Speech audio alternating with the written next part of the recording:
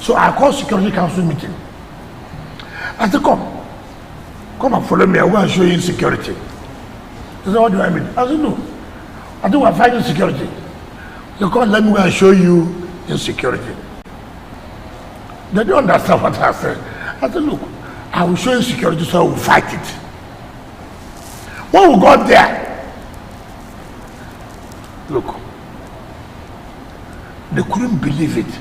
They said, look, if this thing explodes here, it is a place where criminals will hit and will go there and hide. You won't know. You will not know, because how will they know? All kinds of, the shanty is over 2,000. My God. Inside the city. I said, no. When they saw it, they told me, sir, this will be a bit, we cannot allow this. I said, do you know what has happened? People have started writing. People, how do you suffer poor people? As they say. It's a society where we are talking about fighting security. You're not bringing issue of poor people. That's what we see in this kind of country. You are the one complaining, and we are seeing insecurity, and you are saying no. We are suffering poor people. Some say they will go to court. I said no problem. Court cannot stop me from fighting insecurity. You can imagine what happens. Sometimes you are looking for people who are kidnappers. They have no address. You don't know where they are. You can't even locate them. Part of security concern now, you see some buildings 20 years ago, uncompleted. They go there and take a refuge. You'll be looking for them. Security men will be looking for them. So when we had Security Council meeting, the report came and said, look, part of the problem we have seen is the uncompleted buildings where they take refuge. Now what did we do? It's okay.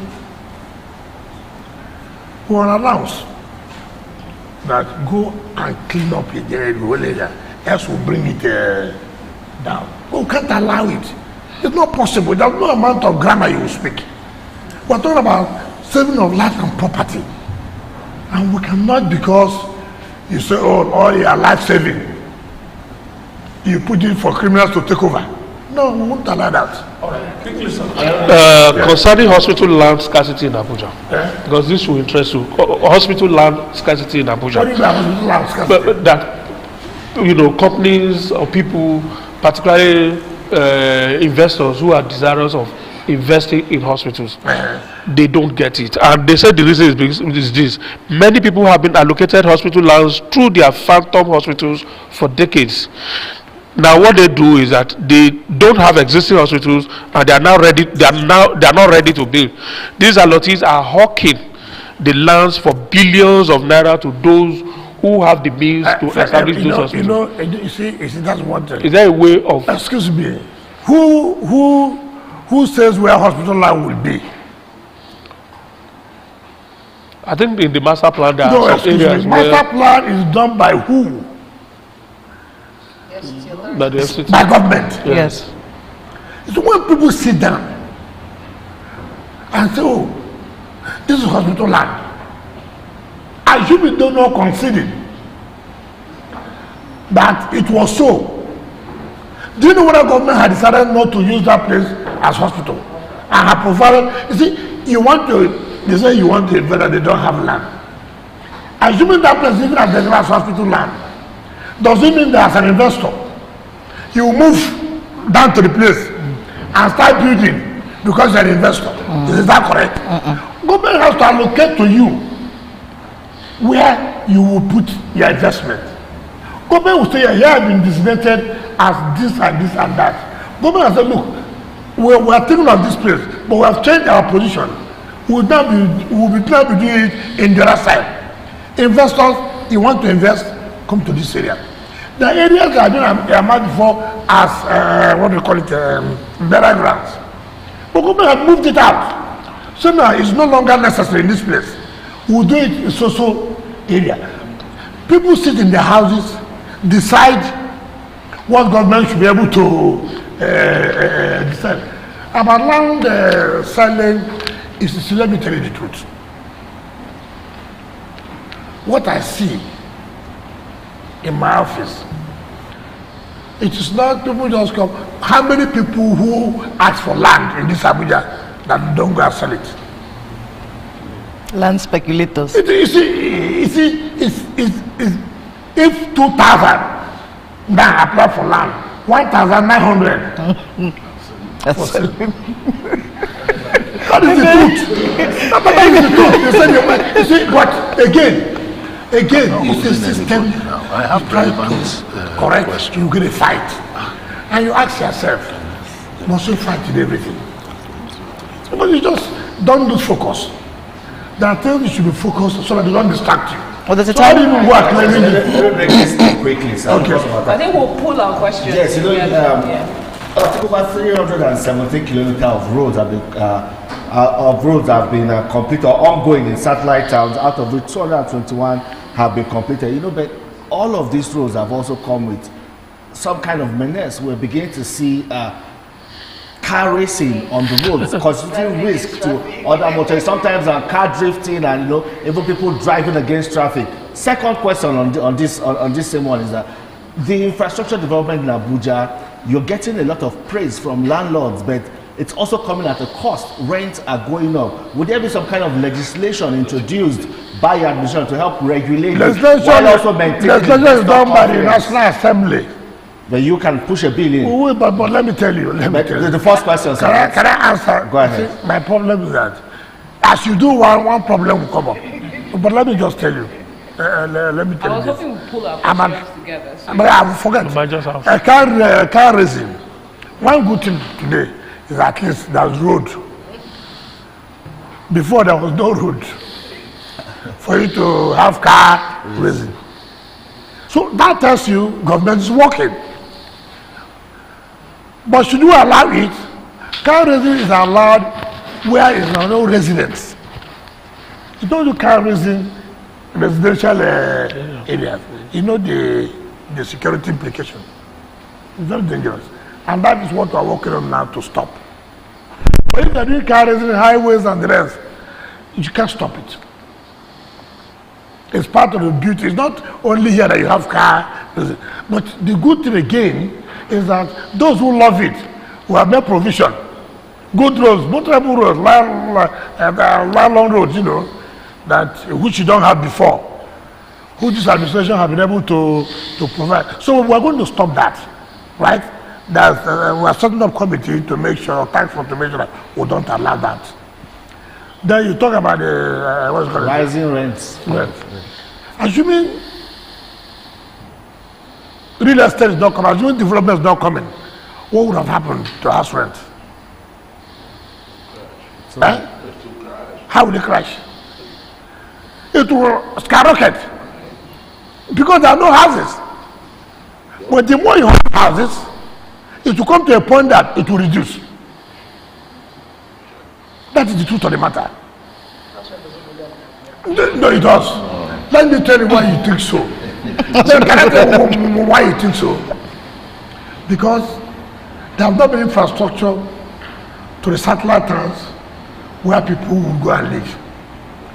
There have not been, when you don't provide infrastructure, the need that people want to concentrate in the city. For what we are doing now, by opening up all the areas, go and see development will be moving. And that will crash the rent in the city. will there be a timeline? Why do you want everything one day? Because it's a lot. Because it's a lot, Honorable Minister.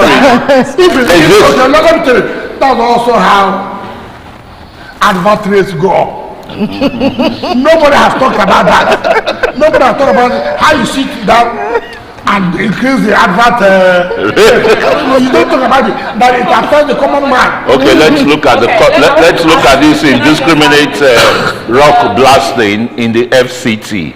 Is causing a lot of. I don't know what you call indiscriminate. You see, you have to talk with facts. Can I give you one or two facts? If there's no rocket blasting, anyone that does not approve her, let us know. Okay. You don't just come.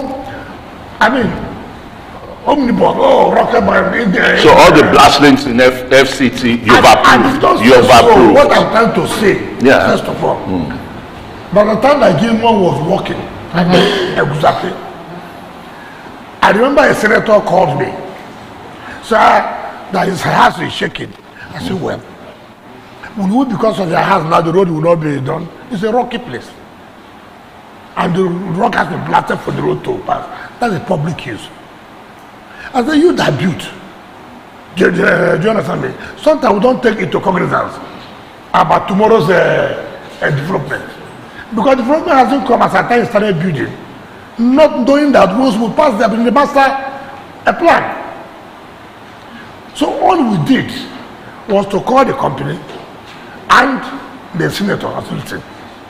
We have to find solution.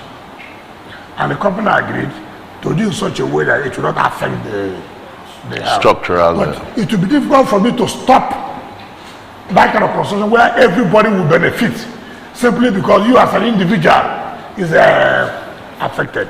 One person cannot override public interest. It's not possible. Let me just repeat, Chief. Well, something I just forgot, but the one that is consistent is the report I saw that almost 400 civil servants were promoted after like a long time. 4,000, I think, not 400, or promoted after a long time. Well, how long was that?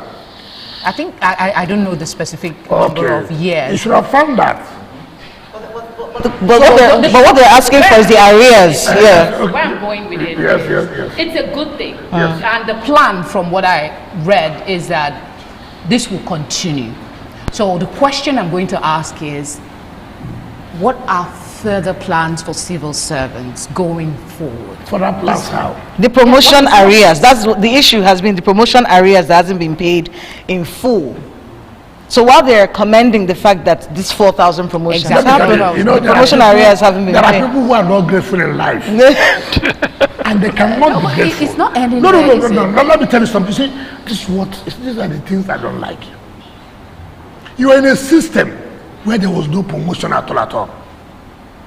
You are in a system where you have no future. Now a government has come, has changed that. That's a look. You must get the promotions. You must get a future. You must get to the peak of your career. You've not even once they sat down to thank the government that has done this. Before now, they are talking about secretaries in FCT. You only earn as a director and go. But this government has considered, no, it can't be. They must get to the peak of their career. Not only must they get to the peak of, somebody must be able to be head of service. It was not there before. There was no civil service commission of FCT before. I think maybe you're misunderstanding the question. No, I'm coming. You are saying that we have not finished paying. But are they paying? We had the time, we take 6 months. Okay. Every month we pay. And I think it's remaining about 1 month. You see, these are things people should be able to appreciate. Is the government paying? Yes. Have we finished paying? No. Will we finish to pay? Yes. And that's how government is right. It's not a question of everything should be done. Instead of them to say, in fact, what they should be doing every day is to wake up or before they eat, pray. God, give this government the wisdom, not to continue doing what we want as well as they are doing. That's the question we are asking you. It's not a complaint, I think. No, she's saying no. No, there is a complaint. There is a complaint. Yes. Okay. So what you are saying is to be a continuous thing. Once it's time for promotion, once it's available, you'll be promoted. Let me tell you, people think that, you see, you can't know because if there are no vacancies of directors, you understand me? You promote everybody to director. It's not done. It's just like in teaching profession. If there's no vacancy, you can't. But it will come. Honourable Minister, you know, you described yourself as someone who... Yes. That's the last question. So you describe yourself as someone who prefers results over rhetoric, and the presidential election is in just a few months' time. Why do you think Nigerians should trust your principle? Oh my God! Very simple. Very simple. Why? See, for me, why I don't like rhetorics. When something starts getting bad, you get to a situation that is worse. And when it gets worse, it gets time for you to cure, for it to heal, for the problems to be solved. You know, we have forgotten when we were criticizing previous government. When Jonathan wanted to go for second term, what happened? What led to why people said they will not vote? What happened? People gave excuses that when what was the name? LABARAI came. People were saying, where are we heading to? Problems have been compounded. Now somebody has come. When that's why I gave the situation that when they start building worse to the worst situation, and you come to that worst situation, people expect you that the major problem that have taken over 15 years should be solved within 1 year. But people don't ask themselves questions. Take for example, we were all crying of oil subsidy. I mean the fuel subsidy. We were all crying here. States were borrowing. I was a governor. I was kneeling down for bank managers, even ordinary assistant manager.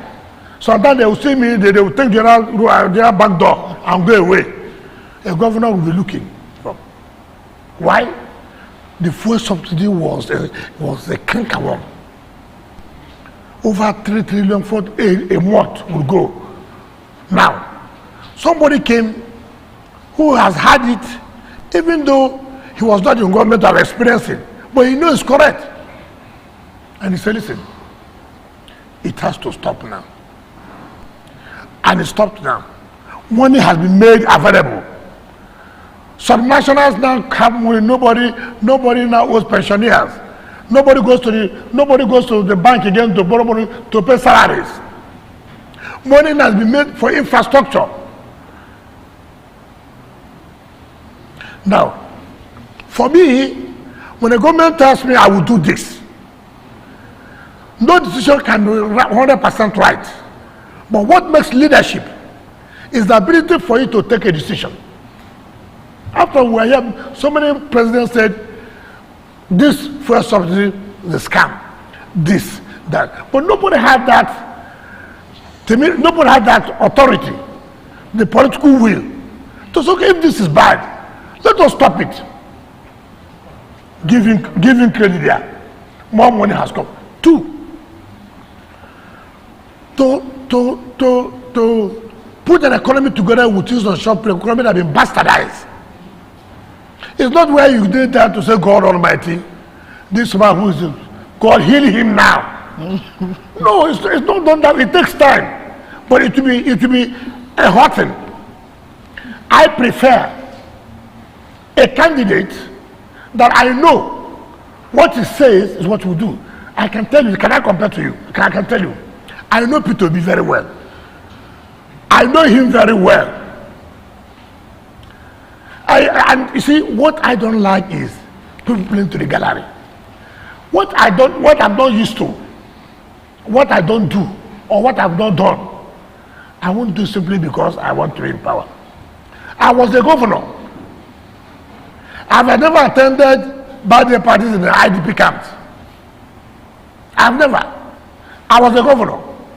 I've never gone to do my birthday with motherless homes. Simply because you want to be a president, every of your birthday, you go to IDP camp, you go to motherless babies, and people say, oh, this is the type of people we want. No, what I'm trying to say. And you are carried away with that kind of sentiment. We have to go. I know him very well. You heard what his boss said. The man was supposed to give him testimonial. saying it's too bad, it's too bad, it's too bad. That's a testimonial. Look, I'm not, look, your boss said, look, you're not supposed to, look, don't, Nigerians be careful, don't near there. Your boss says so. What other testimony do you want? All right. So this is a man, this is a president. Yes, I've not done everything. No, it's not possible within 3 years. Okay. But you can see the difference. Yes, it's hurting. All right. Thank you so much. Where. So it's not about people who come to, people give, what I've watched people do, channels, arrest. I don't know people whom you call. I begin to ask them about Nigeria. I laugh. I told them what to say. Who is this man? All right. What does he know about Nigeria? I see somebody talking about politics every day, talking about people. This is a man who ran presidential as presidential aspirant for Medo. 0, 0, 0, 0. And it's a man that if the people will call to comment politically. Thank you so much for that. Thank you, sir. That's why this is the only thing we have now we can use. I'm sure we will have ample time to talk more about it in subsequent editions of this program. For today, we are done of the hour, so we have to go. Thank you so much, Honorable Minister. I just want to hear their problem. Yes. Thank you, sir. And we are the practical people that will all right. Felicity, thank you so much for your time. And of course, Femi, thank you, Okwe, and Christian, thank you so much. Kela, thank you for your time too. Thank you, Honorable Minister. We'll see you again very soon. Thank you very much. All right, that's the end of today's edition of Ministerial Chat featuring the Honorable Minister of the FCT.